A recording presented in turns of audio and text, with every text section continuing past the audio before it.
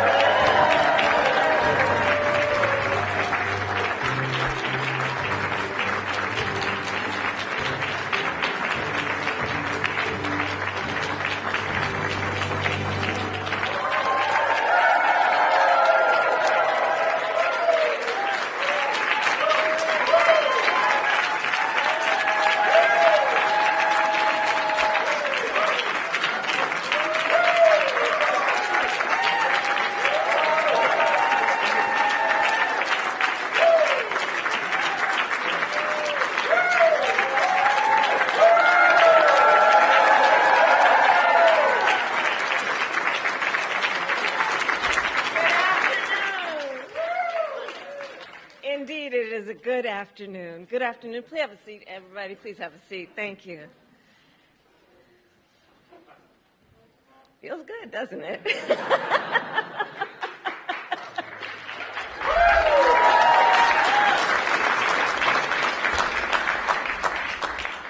President Biden, President Obama, members of Congress, and my fellow Americans.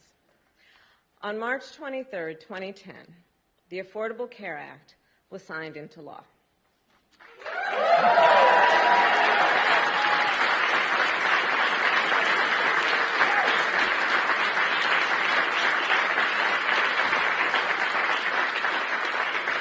In the 12 years since, the ACA has delivered high-quality, affordable health care to more than 30 million Americans. Yes.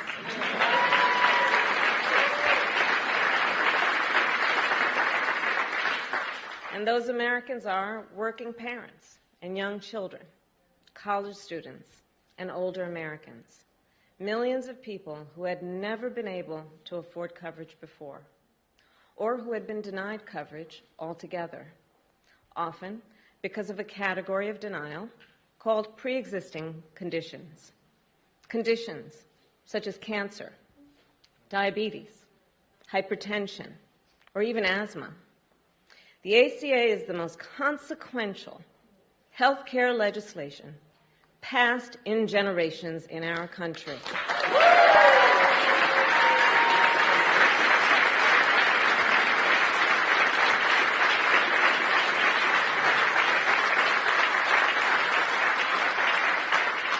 And it is something more. The ACA is a statement of purpose, a statement about the nation we must be, where all people, no matter who they are, where they live, or how much they earn, can access the health care they need, no matter the cost. You know, when I served as Attorney General of California, it was that purpose that led our office and 10 other state attorneys general to submit a brief to the United States Supreme Court in defense of the ACA, and it is that purpose that brings us all together today, to continue to expand affordable health care and its coverage to families across our nation, and to call on Congress to take action, to pass legislation that simply allows Medicare to directly negotiate prescription drug prices with pharmaceutical companies.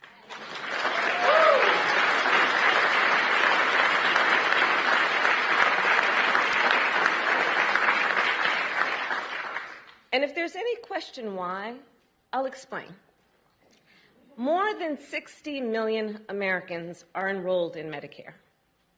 That would give Medicare significant bargaining power to negotiate prices for all those Americans. So instead of forcing individual patients to negotiate by themselves, to require them to pay whatever price the drug companies said, they would have that kind of representation to stand there with their fellow Americans and negotiate those prices so that they would just simply be fair. So today we also call on Congress to make permanent the ACA subsidies that are included in the American Rescue Plan.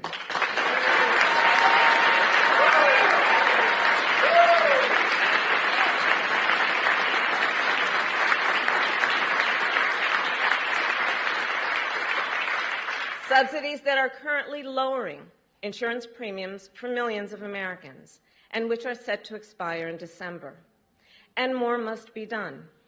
Currently, there are 12 states in our nation that refuse to expand Medicaid for no reason other than petty partisan obstruction. As a result, 4 million people in our country are locked out of coverage. And that comes at a cost. For example, women who do not have health care coverage and are therefore less likely to have access during pregnancy or before or after to pelvic exams or vaccinations, prenatal checkups, postpartum, depression screenings, and all the other essential care they need to be safe and healthy before, during, and after birth. We know that expanding Medicaid coverage significantly reduces the number of mothers who die as a result of pregnancy.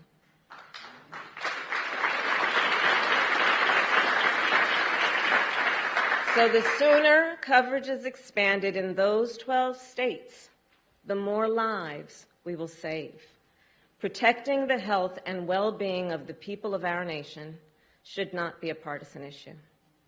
Every person in our nation should be able to access and afford the health care they need to thrive, not as a privilege, but as a right. And that is why our administration will continue to use every tool at our disposal to strengthen the ACA. And with that,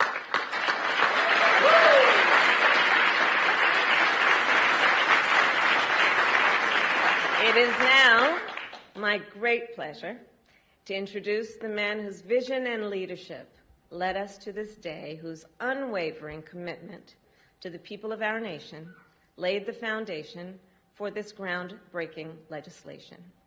A leader who showed us the way forward on this important issue. Please welcome President Barack Obama.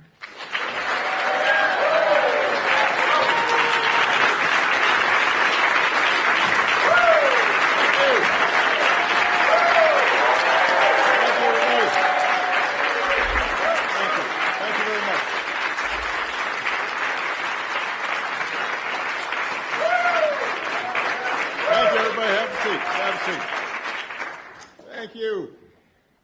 Vice President Biden, Vice President. That was a joke.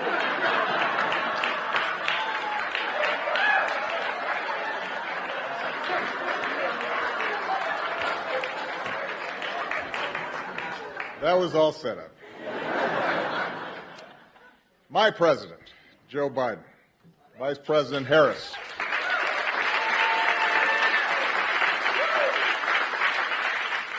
our dear friend, Madam Speaker, Nancy Pelosi, all the members of Congress who are in attendance today, the members of Cabinet, it is good to be back in the White House. It's been a while. I confess, I heard some changes have been made by the current president since I was last here. Apparently, Secret Service agents have to wear aviator glasses now. The Navy mess has been replaced by a Baskin-Robbins. And there's a cat running around, which I guarantee you Bo and Sonny would have been very unhappy about. But coming back, even if I have to wear a tie, which I very rarely do these days, gives me a chance to visit with some of the incredible people who serve this White House and who serve this country every single day. A lot of times out of the limelight, They make this government function, and they help people in ways big and small.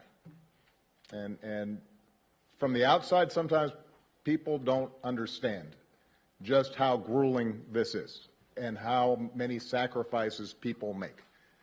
Because those of us who are in front of the cameras oftentimes get the credit. But it's a lot of people who are devoted day in, day out to making this country better that matter, and a lot of them are represented here. And that's not just in the West Wing, by the way. It's also in the residence. There were a lot of people who looked after our families that I will always be grateful to. So it's wonderful to be back to say thank you to all of you. But most of all, coming back here gives me a chance to say thank you and spend some time with an extraordinary friend and partner who was by my side for 8 years. Joe Biden and I did a lot together.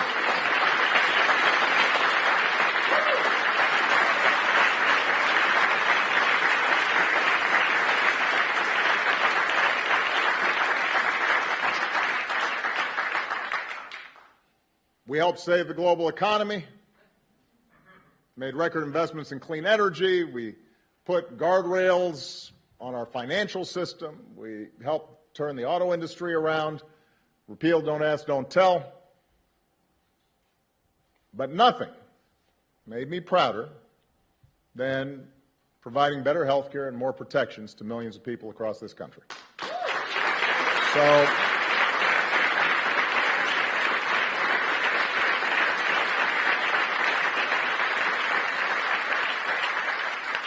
So when President Biden said he was not going to just celebrate the ACA, but also announce actions that would make it even better, I had to show up. I think it's been well documented just how difficult it was to pass the ACA. You can get a lot of testimony here in case folks haven't heard. You know, as a country, we have been talking about reforming health care for 100 years. Unlike almost every other advanced economy on earth, we didn't have a system that guaranteed access to health care for all of its citizens.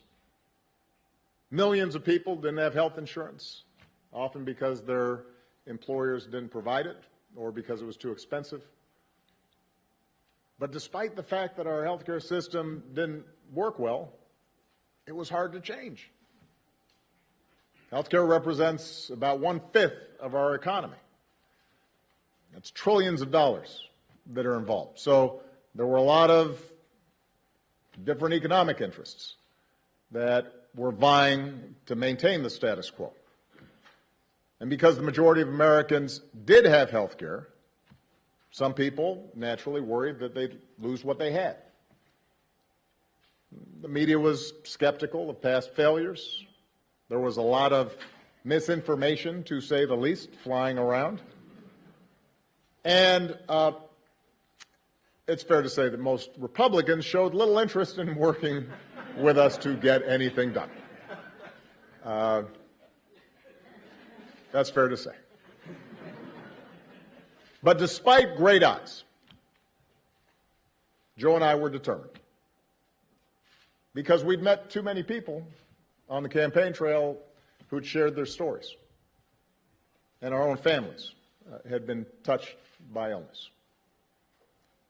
And as I said to our dear friend Harry Reid, who is missed, wished he was here today, because he took great pride in what we did. I intended to get health care passed, even if it cost me re-election, which for a while looked like it might.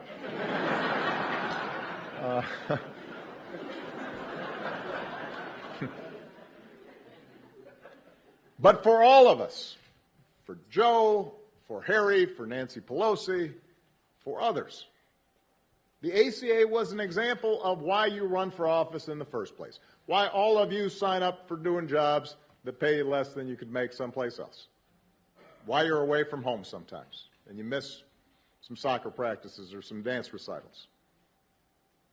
Because we're not supposed to do this just to occupy a seat. or to hang on to power. But we're supposed to do this because it's making a difference in the lives of the people who sent us here. And because of so many people, including a lot of people who are here today, made enormous sacrifices. Because members of Congress took courageous votes, including some who knew that their vote would likely cost them their seat. Because of the incredible leadership of Nancy and Harry, we got the ACA across the finish line together.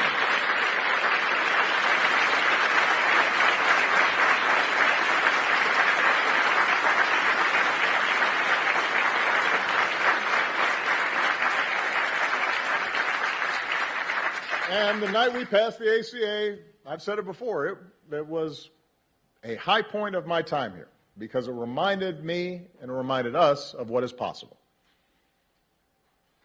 But, of course, our work was not finished.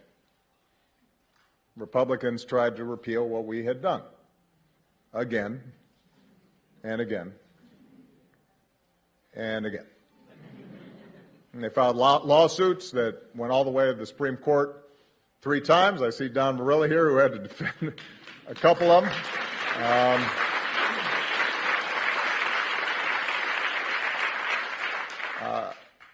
They tried explicitly to make it harder for people to sign up for coverage.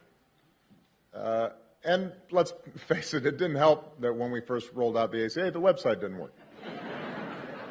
That was not one of my happiest moments.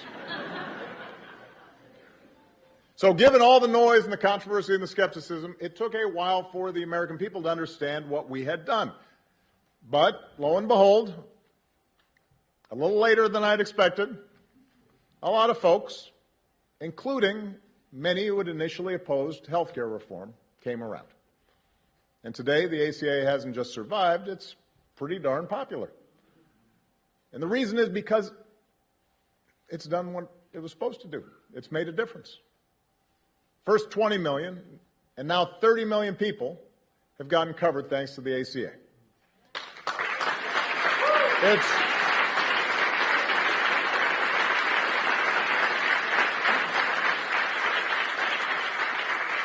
It's prevented insurance companies from denying people coverage based on a pre-existing condition. It's lowered prescription drug costs for 12 million seniors. It's allowed young people to stay on their parents' plan until they're 26. It's eliminated lifetime limits on benefits that often put people in a jam. So we are incredibly proud of that work. But the reason we're here today is because President Biden, Vice President Harris, everybody who's worked on this thing understood from the start that the ACA wasn't perfect. To get the bill passed, we had to make compromises. We didn't get everything we wanted. That wasn't a reason not to do it. If you can get millions of people health coverage and better protection, it is, to quote a famous American, a pretty big deal.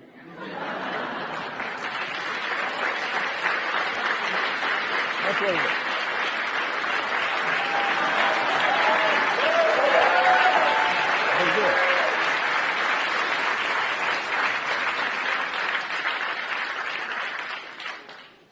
But there were gaps to be filled.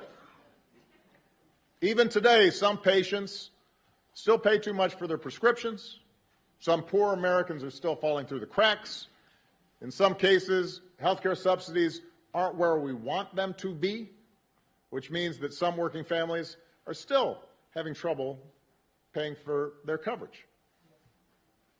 Here's the thing, that's not unusual when we make major progress in this country.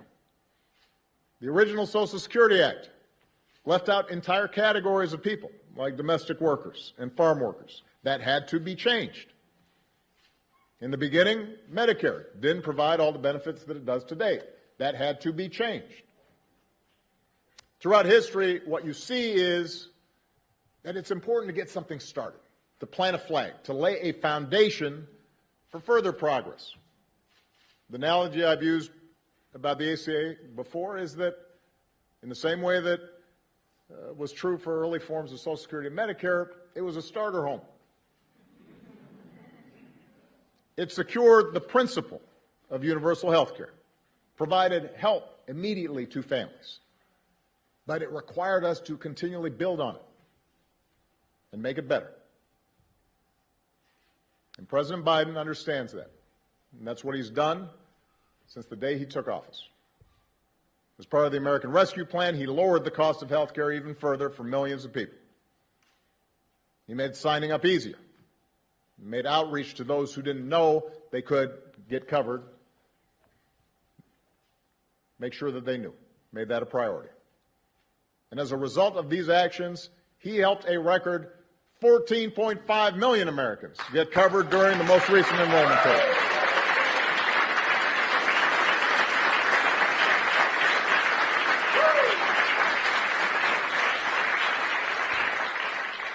That, ladies and gentlemen, is what happens when you have an administration that's committed to making a program work. And today, the Biden-Harris administration is going even further by moving to fix a glitch in the regulations that will lower premiums for nearly 1 million people who need it and allow 200,000 more uninsured Americans to get access to coverage. I'm a private citizen now, but I still take it more than a passing interest in the course of our democracy. But I'm outside the arena, and I know how discouraged people can get with Washington. Democrats, Republicans, Independents. Everybody feels frustrated sometimes about what takes place in this town. Progress feels way too slow sometimes. Victories are often incomplete. And in a country as big and as diverse as ours, consensus never comes easily. But what the Affordable Care Act shows is that you are driven by the core idea that together we can improve the lives of this generation and the next. And if you're persistent, if you stay with it, and are willing to work through the obstacles and the criticism and continually improve where you fall short, you can make America better. You can have an impact on millions of lives. You can help make sure folks don't have to lose their homes when they get sick, that they don't have to worry whether a loved one is going to get the treatment they need. President Joe Biden understands that. He has dedicated his life to the proposition that there's something worthy about public service and that the reason to run for office is for days like today. So I could not be more honored to be here with him as he writes the next chapter in our story of progress. I'm grateful for all the people who've been involved in continuing to make the ACA everything it can be, and it is now my great privilege to introduce the 46th President of the United States, Joe Biden.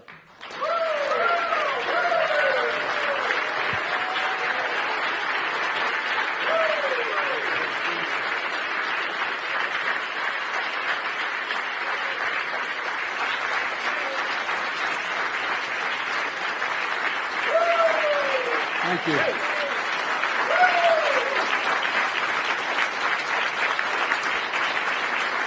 Thank you, thank you, thank you.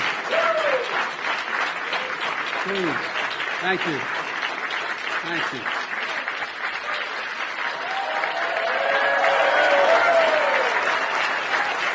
Thank you, thank you, thank you. Please.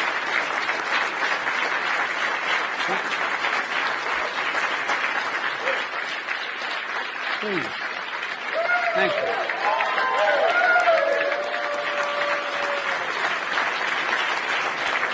Thank you very much. Please. My name is Joe Biden. I'm Barack Obama's Vice President. And I'm Jill Biden's husband. By the way, the only reason Jill's not here today, she's working. She's teaching. And so I just want you to know that's why she's not here. Good afternoon, everyone. Mr. President, welcome back to the White House, man. Feels like the good old days. Being here with you brings back so many good memories. We just had lunch together, and We weren't sure who was supposed to sit where.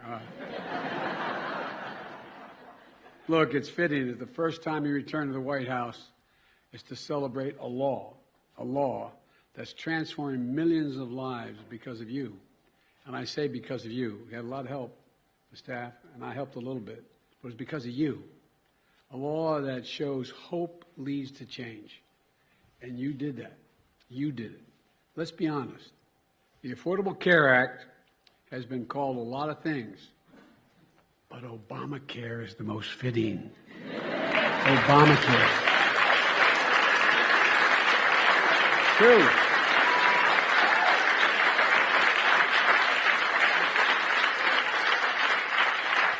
I can tell you all how much Barack Obama cared about getting this done. Throughout the countless hours of negotiations and the relentless political attacks, he never, ever, ever gave up. And I guarantee you that. If I had time, I could tell you all the times when he'd say, should we compromise, should we do? And I'd say, well, we ought to think about it. No, if I do that, then so-and-so won't get covered. This group of people won't get covered. And whether it was after meeting during our weekly lunch, and we met every single day, he'd remind me why we're doing this in the first place. We're doing this in the first place for people who needed it and deserve to be treated with dignity. Dignity. The idea that when you can't afford health insurance for your children, for your spouse, male or female, it doesn't matter. Not only are they in trouble, but you're deprived of your dignity. Barack, you talked about the idea that it was important that we make sure that you couldn't outrun your insurance. I can remember there with Bo, thinking to myself, what would I do if they walked in and said, you've outrun your time here, and there were still 35 days to live? The things that change people's lives. We both understood the Affordable Care Act wasn't about a single president or the presidency. It was about the countless Americans lying in bed at night, staring at the ceiling, wondering, my God, what if I get really sick? What am I going to do? What am my family going to do? Will I lose the house? Discussions we had in my house with my dad when he lost his health insurance. Who's going to pay for it? Who's going to take care of my family? You know, in America, health care, as we all three said, will have now said, health care should be a right, not a privilege. And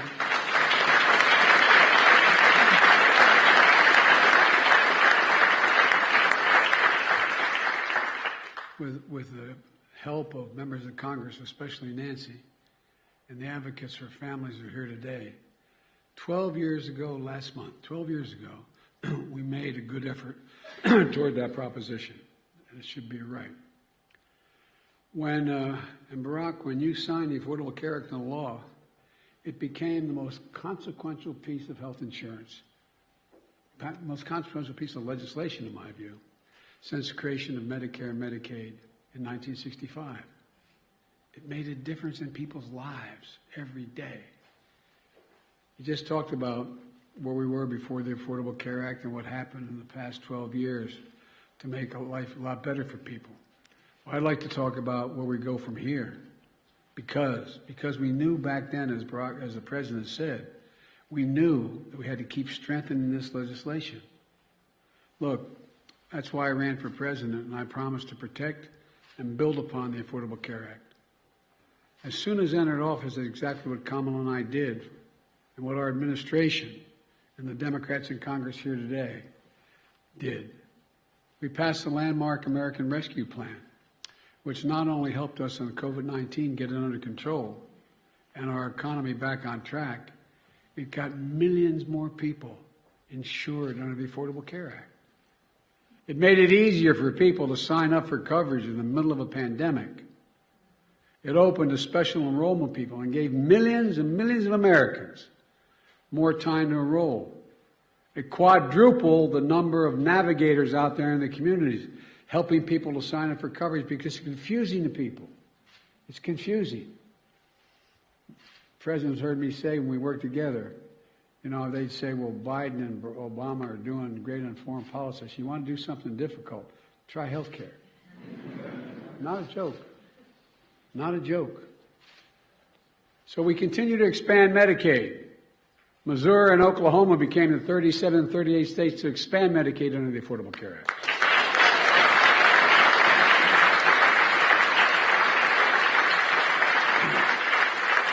And as been mentioned, over 31 million people now have health insurance through the Affordable Care Act. 4 out of 5 Americans can find quality coverage for under $10 a month. The average family is saving $2,400 a year on their premiums. That's $200 every single month, available for other needs in their lives, from gas to groceries to other basic necessities. The bottom line is this: the Affordable Care Act is stronger now than it has ever been. And today,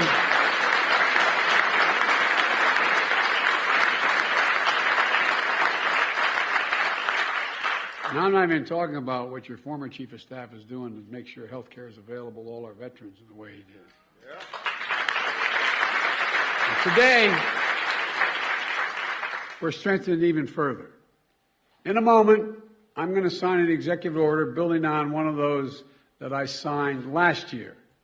It directs federal agencies to continue doing everything in their power to expand quality and affordable health care coverage, making it easier for people to enroll in and keep their coverage, helping people better understand their coverage options, and to be able to pick the best option for that family, taking steps to strengthen benefits, lower costs, and expand eligibility, protecting Americans from low-quality coverage that can lead to a mountain of medical debt.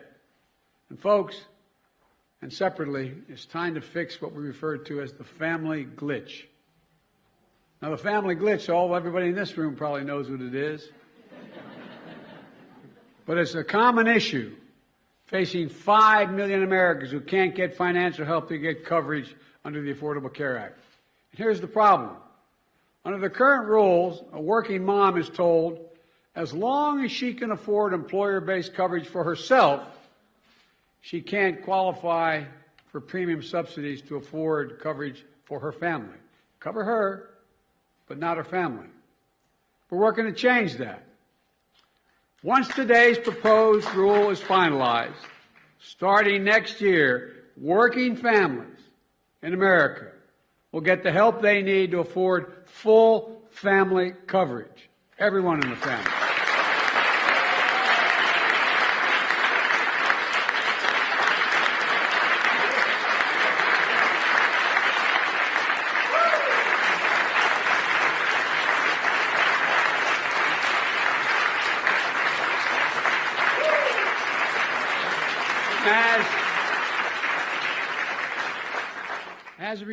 As a result, families will be saving hundreds of dollars a month. With this change, it's estimated that 200,000 presently uninsured Americans are going to gain coverage. Nearly 1 million Americans will see their coverage become more affordable. This is considered one of the biggest things my administration can do: lower cost and expand coverage. And we're taking steps today to get that done. So look, folks, but we need to keep up the fight. Our Republican colleagues, as they say in Southern Delaware, they haven't changed a whole hell of a lot. Good folks, but they haven't changed a lot. They continue to attack the Affordable Care Act. They're unrelenting. Unrelenting.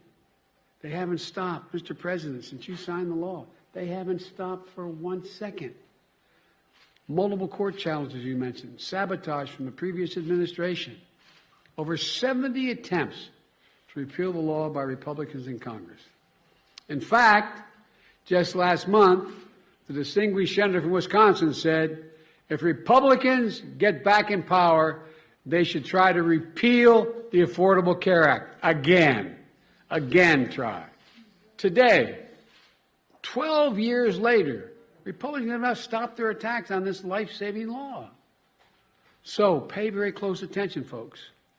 If Republicans have their way, it means 1 100 million Americans with pre-existing conditions can once again be denied health care coverage by their insurance companies. That's what the law was before Obamacare. In addition, tens of millions of Americans could lose their coverage, including young people who will no longer be able to stay on their parents' insurance policy at age 26. Premiums are going to go through the roof.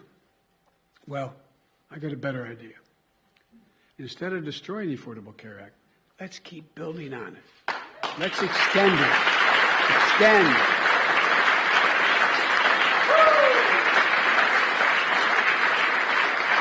And because of all the folks in this room, members of Congress, the American Rescue Plan subsidizes that are lowering premiums, subsidies are lowering premiums, and extending coverage. And I got a little practice when you gave me that other act, when we were president. You were president. I was with you. Look, close the Medicaid coverage gap that locks nearly 4 million Americans out of coverage just because their states refuse to expand Medicaid.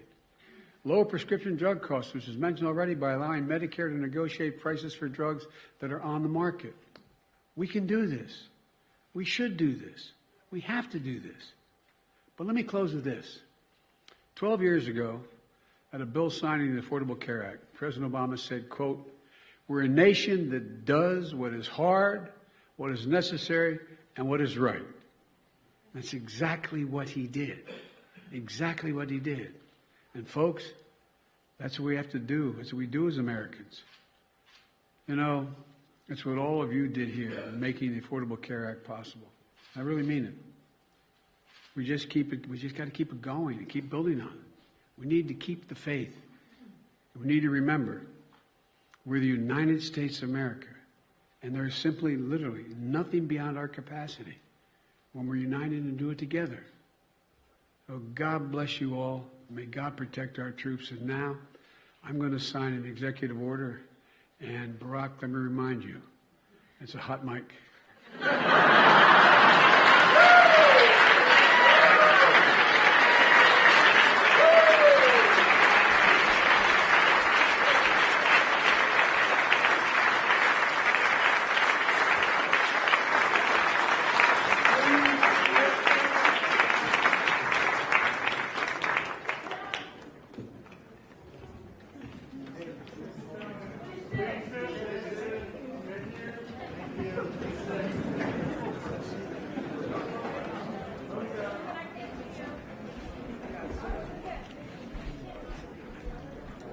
See everybody?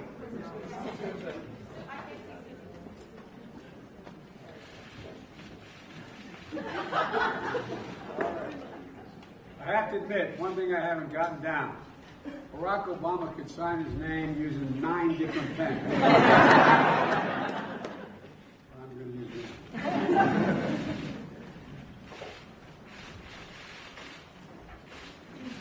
There you go.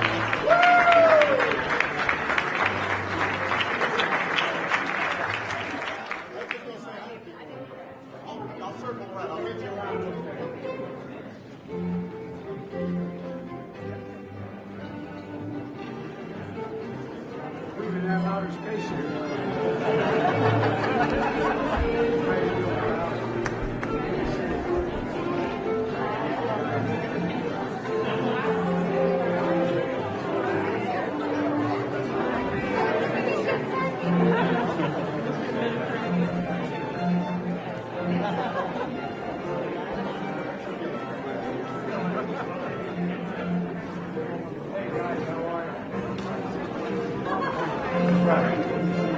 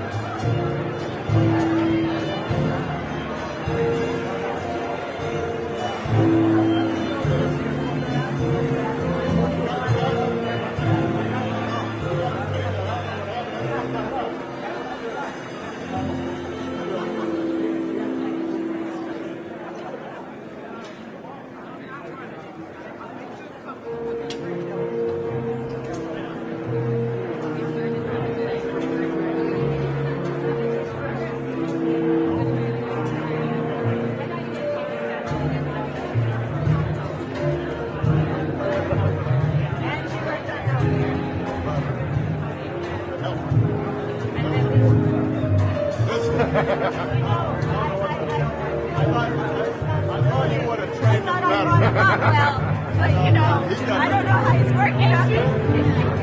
And you know. How are you? Worried about the midterm. What do you tell Democrats worried about the midterm? We got a story to tell, just got to tell it. Does what's happening in Ukraine make you rethink your decision, Mr. President?